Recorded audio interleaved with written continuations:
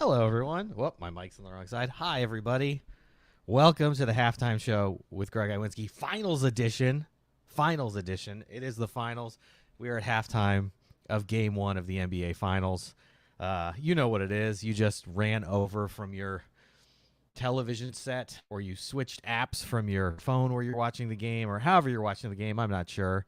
But you are watching the game and decided to come watch this and hang out with me, which is great. I really appreciate that. We are live on Instagram for the very first time. If that does not work, please let us know in the comments. If for some reason Instagram is not successfully working, it should be working. I don't really know how to stream there yet. So, boop, boop, boop. Okay, I'm live. Good. Thank you. Okay, so anyway, we're going to talk about a couple things. This game's a blowout. This game is at halftime is an absolute blowout.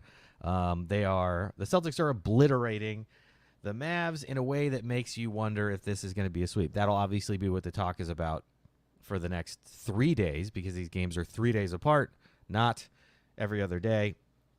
But the basketball of it all, first quarter 20-37, but then second quarter 22-26. It's really about two things. It's about the incredible offense of the Boston Celtics, but not just that. It is about the absolutely terrible offense of the Mavericks done by created by that defense of the Celtics. I mean, the issue is whoops, I'm going to move this over to the correct side. There we go. Now it's not my face. The issue is this. Luka is on pace for 36 points. Yes, he's not shooting well. Yes, blah, blah, blah. He's still, going to have a Luka game where you go, whoa, he had 40 at the end. I didn't know. And they're getting blown out. The Mavericks only work as a team when Kyrie goes way off and also when a role player has a kind of good game. And right now, Maxi Kleber, 2 points. Hardy, 2 points. Daniel Gafford, 4. Dennis Jones Jr., 5. P.J. Washington, who destroyed teams, 6 points. So Luka has 17. Kyrie has 6 on 3 of 9 shooting. They took 23 shots, Kyrie and Luka. They took 23 shots for 23 points. That's not great. Luka is doing his thing. He's 7-14. Okay, great. Without Kyrie going off, they will not win this game. They may not win this series. Because on the other side, the efficiency of Boston's shooting is wild. Guys, everybody 2 of 4, 2 of 4, 3 of 6, 5 of 7. Everybody, they're shooting 54%. They made 11 threes. These are things you can look up on a box score. That's not what you came here. But this is a team that was really good all year as a number 1 seed and a team that was a 5 seed and that got in because they played really well and they could beat the teams in front of them. Again, this could all switch and they could win game 2 and then we all wonder what the series is. But it's feels fairly impressive. And I had a friend ask me before the game, what do you think Porzingis coming back is going to do? Well, we found out what it did. He is very good. And you got 18 bench points from him in the first half. So Porzingis is mad and ready to play, get revenge on the Mavericks. And Kyrie can't get revenge on the Celtics, it seems. So pretty wild half. The crowd is absolutely hyped. They are just super hyped, which is really wild. And then I'm blown away by the first part of this game. And I also have I forgot to set our timer, which we need to set now, so we'll adjust it down minutes-wise to make sure that we're on time. Boop. Okay.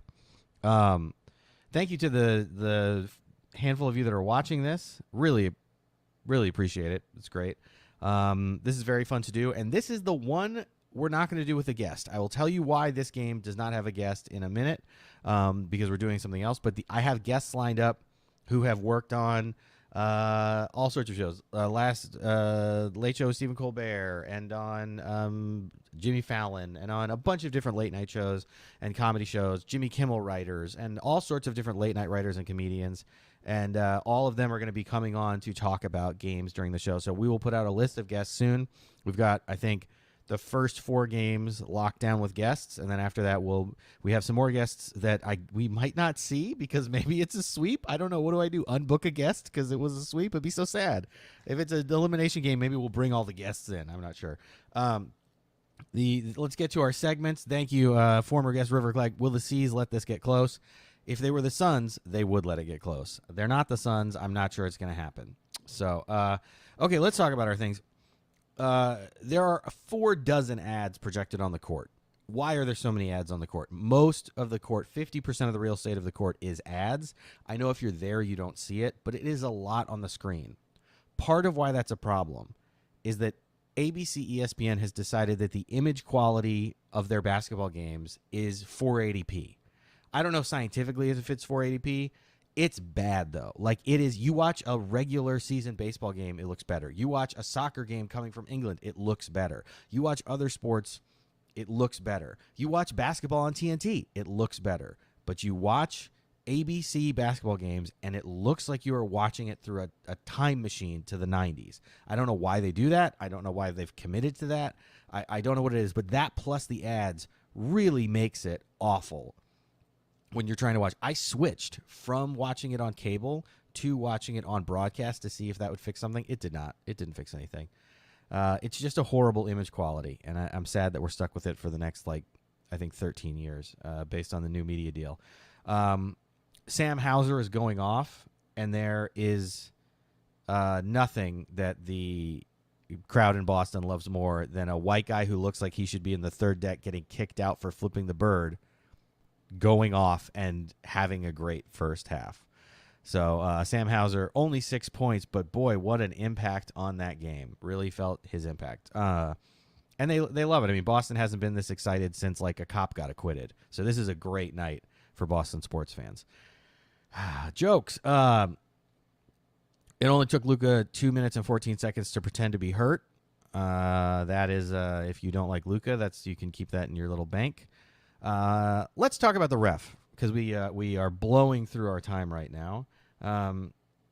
Let's talk about the ref for this game. We are actually talking about the second in command, because we've already talked about our crew chief. So we are talking about Josh Tiven, number 58, a guy from Connecticut boy. His high school is listed. No college is listed. So I don't know if he went. I'm not shaming him for that. It is just one of the things that makes it different than other people's ref resumes. But the really incredible thing about Josh is not that his favorite TV show is Seinfeld. That's fine. We've talked about it. We talked about with Elena Ridker and some of our other guests that, there's some basic dad behavior happening with these refs. Or his favorite movie is Minority Report. Cool. This also lends to the theory that these fun facts were asked about many years ago, 3, 4, 5, 10 years ago. And the bios have been updated, but the fun facts are from a long time ago, and many of these refs would hopefully like to update them. Favorite musician, Dermot Kennedy. Oh, him and my wife have the same favorite musician. Cool. Maybe they were at the show together. Now, favorite meal, chicken parm with vodka sauce? Fine. Favorite app, Instagram? Fine. Most like to visit Hawaii? Cool. Wants to play golf at Augusta? We're just going down the absolute normal thing. Favorite book, Firstborn, a novel written by his father, Bruce Tiven. That should be the headline fun fact on his bio. His favorite book is a novel that his dad wrote. The name of the book is Firstborn. Is Josh Tiven the firstborn son of his father, Bruce Tiven? I would love to know. Okay, moving on in our segments. We're going to talk about worst commercial. It is the NBA Finals promo commercial with Dwayne Wade. Why is that? It is because it looks like it was edited by AI in a way that's completely nonsensical. When Dwayne Wade says, we want the series to go out with a game 7 something, and then Mike Breen says bang. He doesn't say bang when Dwayne Wade says go out with a bang. I interrupted you by saying the word in the sentence where it fits. He says it 3 words later, and I can't for the life of me understand what is happening other than that an AI cut it. If you cut it and you're watching, I'm sorry. I know your boss has probably made you do something weird. It is a truly wild commercial. We have a couple minutes left with no guests, and it is because we are going to debut something, a proprietary statistic that I have come up with. If anyone else has come up with it, don't tell me that. And it is a way to measure greatness. We talk about greatness a lot in the NBA. We talk about it a lot in sports. We talk about greatness, and it's not rings. It's not just rings. It's not just championships. It's not shoe deals. how can we measure greatness in a way that makes sense? And I call it the Greg ratio of greatness, or the GRG. That is what is on here. This is the GRG. The Greg ratio of greatness is one simple calculation. It is number of playoff series wins divided by number of years played. Number of playoff series wins divided by number of years played. So, for example, Charles Barkley, 12 series wins in 16 years. So he has a 0.75. The Greg scale says a 1.0 or above is undeniably great.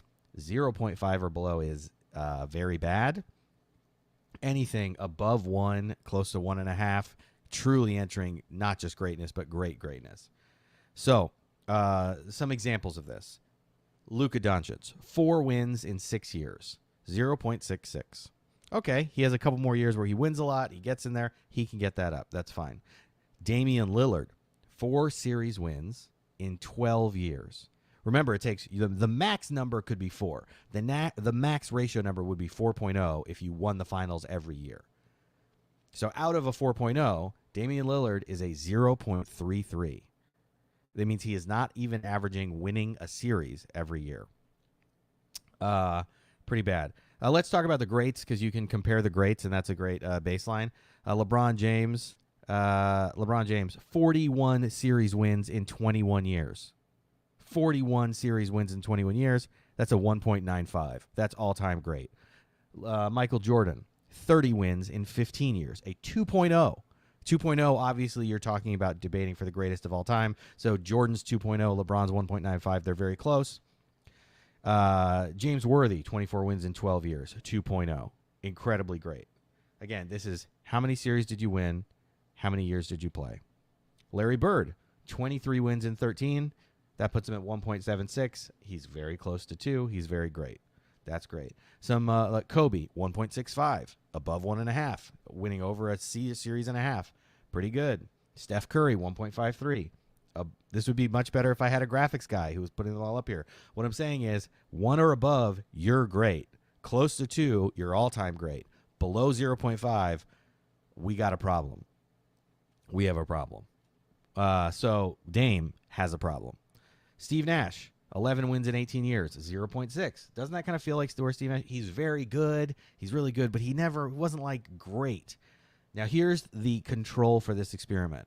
Karl Malone, 19 series wins in 19 years. And you're like, yeah, Karl Malone's like number 3 on a bunch of all-time lists. He went to the finals. He played great. He did all this stuff. Karl Malone, really great. That's a 1. So below Karl Malone, above Karl Malone. Let's not talk about Karl Malone's extracurriculars. That would make me sad. Now, Luka Doncic, 0.66. Jason Tatum, 13 series wins in 7 years. That's a 1.8. That's a 1.8. He is on pace to not just be great, but be at the all-time greats. If he wins this, he goes to a 2.0, and he has a finals and probably a finals MVP. Yikes. He's way up there on the GRG. And then obviously I want to break the scale before we go back, because some of you are probably shouting out players who you think are great on this list or not on this list, and it would be Magic Johnson, 2.46. 2.46. Magic Johnson averaged 2.5 series wins every year he played. That's wild. So this is the Greg ratio of greatness. I'm going to be talking about it more throughout the finals. It is my definitive, patented way of deciding who's great and who's not. Please don't steal it, and if you steal it, I guess just say that I thought of it. So predictions for the second half, because we're almost out of time here. Even if it gets close, I mean, this has been quite the statement. You need Kyrie Irving to go off. You need a couple role players to go off. You need the defense to stop. And you need to stop a crowd that is out for blood. There's a part of you that just goes, I guess we lost this one and we try to win again on Saturday. They're turning to Kyrie for veteran leadership, but Kyrie also he's not the traditional basketball speech guy. He's like, he said, he goes, experience is the best teacher. He said that this game. To me, that seems like he's going to, at the end of the game, go, now you've been taught. I hope you show up for game 2. Who knows? Dallas's crowd is going to be wild. Mark Cuban will be there pretending he still owns the team. It's going to be a real hoot. whatever happens is going to happen. And as I said, reality is always reset objectively at the end of all of these games. But for right now, hard to believe Boston doesn't win this game. And Dallas, you hope you get out of this game uninjured so you can try to have a strong first quarter in game 2. Thank you so much for watching. The second half is kicking off now. We'll be back on Saturday with a guest. It's going to be very fun. We will have a guest, an Indiana Pacers fan guest. That's the only hint I'm going to give you. But thanks for coming by. We'll see you next time. Enjoy the game.